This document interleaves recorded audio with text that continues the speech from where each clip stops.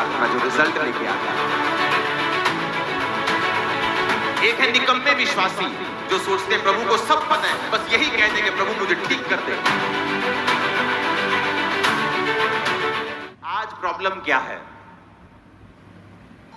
आप अपना बुरा केस जिसमें आपने गुनाह किए हैं, पाप किए हैं, एक अच्छे वकील को दे दो, हो सकता है वो आपको निर्दोष साबित कर दे।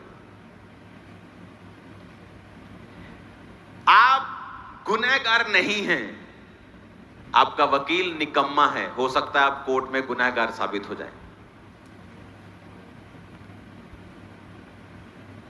जाके देख लो जेलों में कितने लोग हैं जो इनोसेंट बंद हैं, जिनके कोई गुनाह नहीं किया। आत्मा में आप कैसे हैं?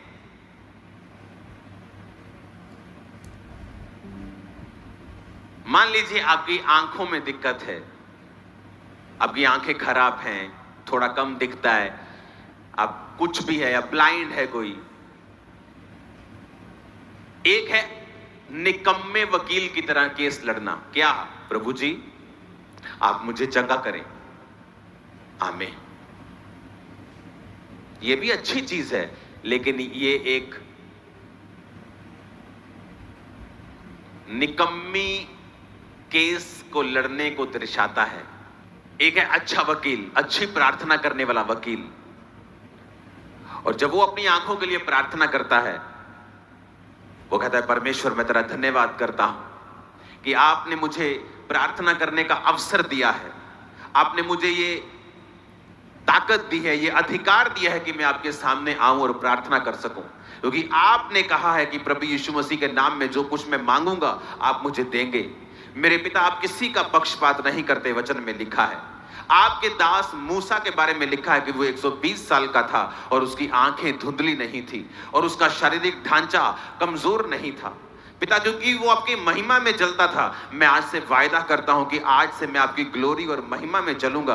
आप भी मेरी आंखों के ऊपर दया करें पिता, और मेरी आंखों पर से सारी बीमारी को खत्म करें, क्योंकि आपके बेटे यीशु के कोड़े खाने से मैं चंगा हो चुका हूं। आप मुझ पर भी दया करें जिस तरह आपने मूसा के ऊपर की थी।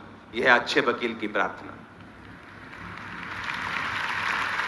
दोनों प्रार्थनाएं हैं, एक है निकम्मी प्रार्थना, एक है अच्छी प्रार्थना जो रिजल्ट लेके आती है। एक है निकम्मे विश्वासी जो सोचते हैं प्रभु को सब पता है, प्रभु को सब जानता है, बस यही कह देंगे प्रभु मुझे ठीक कर दे।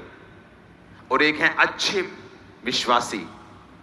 एक वकील 25 लाख रुपए लेता है एक बार खड़े होने के, और एक वकील 5,000 में भी मान जाता है। जो 25 लाख वाला है उसने अपनी वैल्यू को बनाया है, उसके केसेस को उसने जीता है।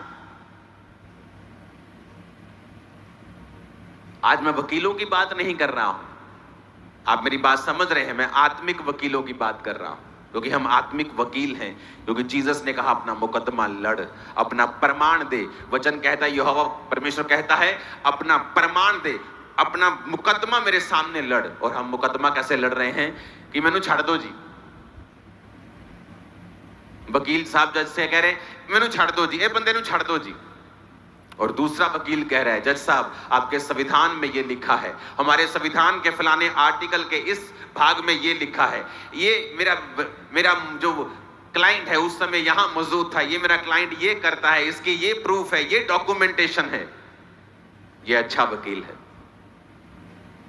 आप प्रार्थना करने के लिए प्रभु के सामने बैठे हैं और आपको यही नहीं पता कि जिस विषय में आप प्रेयर कर रहे हैं बाइबल का कौन सा अध्याय आपकी सपोर्ट में खड़ा है। प्रॉब्लम है जब व्यभिचार में इंसान होता है, वो प्रार्थना का हियाव खो देता है, वो परमेश्वर के सामने मांग नहीं सकता। उसको पता है जो वो मांगेगा उसे मिलेगा नहीं, तो वो दुनियावी चीजों का सहारा लेता है बचने के लिए।